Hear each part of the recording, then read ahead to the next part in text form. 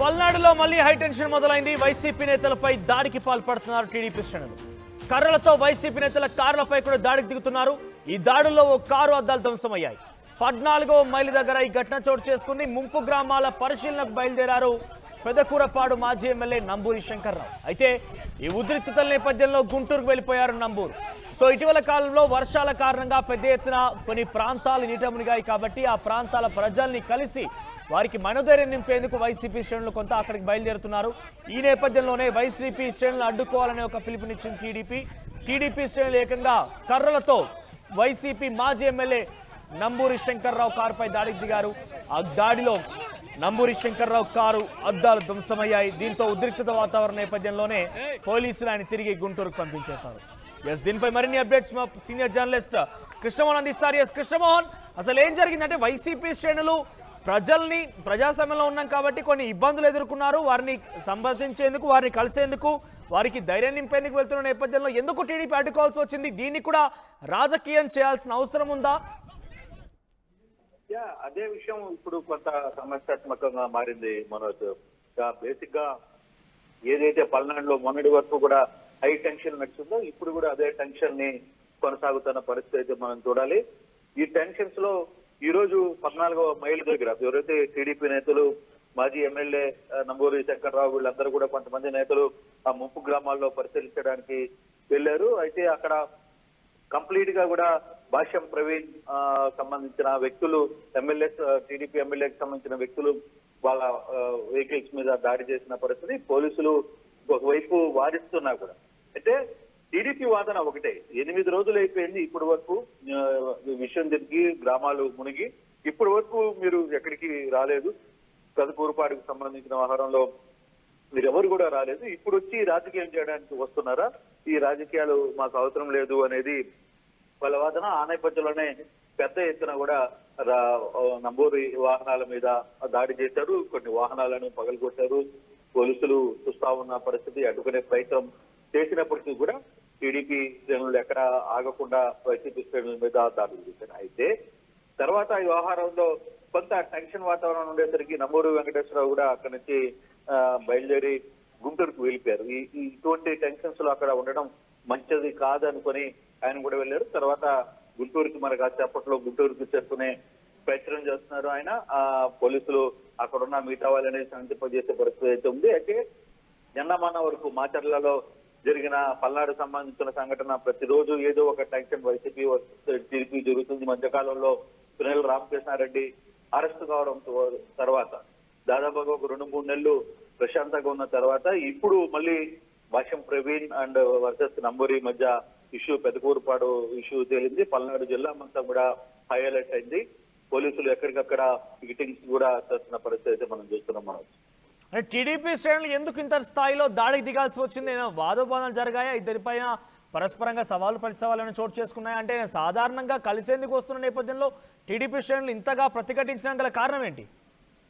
TDP శ్రేణుల వాదన ఒకటే, 8 రోజుల పాటు ఈ ఇష్యూ అంటే ఫ్లడ్స్ వచ్చి తర్వాత పల్నాడు కావచ్చు, లేకపోతే పెదకూరుపాడు కావచ్చు, ఇతర ప్రాంతాల్లో మొత్తం కూడా గుంటూరు జిల్లాలో కొన్ని ప్రాంతాల్లో అక్క గ్రామాలు కావచ్చు, అవన్నీ కూడా మునిగిపోతే ఇప్పుడు వరకు రాని వైసీపీ నేతలు ఈ రోజు ఎందుకు వస్తున్నారు? మీరు వచ్చి ఇక్కడ కొత్త రాజకీయాలు చేయడానికి వస్తున్నారా అనేది టీడీపీ వాదన. దాన్ని మొదటే వాళ్ళు నిన్న చెప్పారు అనౌన్స్మెంట్, మీరు రావద్దు, మీరు వస్తే మేము అడ్డుకుంటామని కూడా టీడీపీ నేతలు నిన్న హెచ్చరించారు. అయినప్పటికీ కూడా వైసీపీ మాజీ ఎమ్మెల్యే వీళ్ళందరూ కూడా వచ్చిన పరిస్థితి అయితే ఉంది. దాంతో ఇక అక్కడ ఆల్రెడీ కొంతమంది శ్రేణులు 14వ మైల్ దగ్గరికి వచ్చిన నేపథ్యంలో ఇమీడియట్ గా ఆ శ్రేణుల మీద దాడి చేసిన పరిస్థితి అయితే జరిగింది.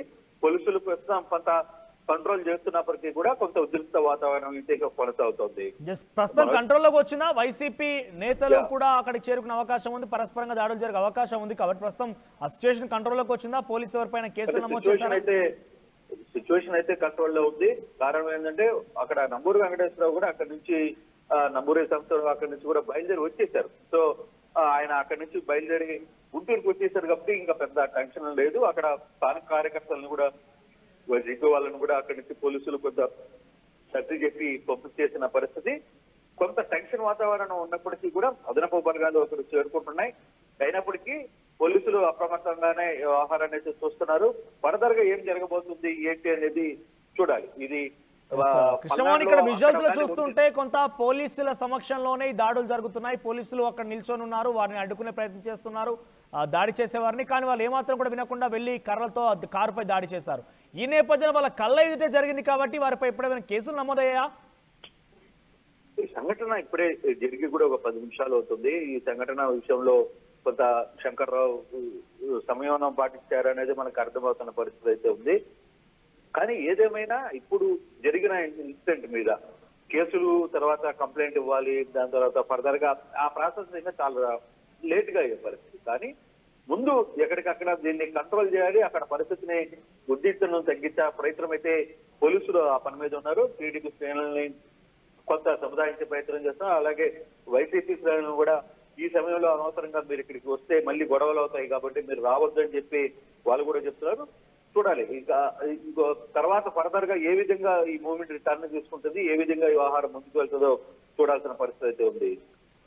Right Krishnamohan, thank you for the updates. So మొత్తం మీద పల్నాడు జిల్లాలో ఎన్నికల నేపథ్యంలో ఎటువంటి దాడులు జరిగాయి, ఎటువంటి ప్రతిఘటన జరిగింది, ఎంత విధ్వంసం జరిగిందో మనం చూసాం. సుమారుగా ఎన్నికల తర్వాత ఒక వారం రోజుల పాటుగా పల్నాడు అనే విషయం ప్రతి చోట కూడా తెలుగు రాష్ట్రాల్లో పెద్ద ఎత్తున సంచలనంగా మారింది. పల్నాడు ప్రజానికం ఏ స్థాయిలో అక్కడ పరస్పరంగా వైసీపీ టీడీపీ మధ్య వాదోపాలు జరిగాయి, గొడవలు జరిగాయి చూసాం. ఆ తర్వాత మాచర్ల నియోజకవర్గ ఎమ్మెల్యే పిన్నెల్లి రామకృష్ణారెడ్డి కూడా జైల్లో వేశారు. కొన్ని ఘటనల కారణంగా ఆయనే కారణం అంటూ కూడా పోలీసులు జైలు తరలించారు. కొన్ని రోజుల పాటు జైలు జీవితం గడిపారు. ఇటీవల కాలంలో బెయిల్ పైన బయటకు వచ్చారు ఆయన. తాజాగా మరోసారి పల్నాడుకు సంబంధించినటువంటి పెదకూరపాడు నియోజకవర్గ ఎమ్మెల్యే, మాజీ ఎమ్మెల్యే నంబూరి శంకర్రావు కొన్ని ముంపు ప్రాంతాలు పర్యటించడానికి వెళ్లడంలో భాగంగా ముందుగానే ఆయన వస్తున్నారని తెలిసిన తర్వాత టీడీపీ శ్రేణులు అడ్డగిస్తాం, మిమ్మల్ని అడ్డుకుంటామంటూ కూడా హెచ్చరించారు. నంబూరి శంకర్రావు మాత్రం ప్రజల్ని కలిసి పెడతామంటూ ఒకటి రావడంతో 14వ మైలు దగ్గర ఒక్కసారిగా దాడి జరిగింది. ఈ దాడిలో టీడీపీ శ్రేణులు వైసీపీ నాయకులపై పెద్ద ఎత్తున దాడి చేశారు. వైసీపీ ఎమ్మెల్యే, మాజీ ఎమ్మెల్యే నంబూరి శంకర్రావు కారు అద్దాలు కూడా ధ్వంసమయ్యాయి.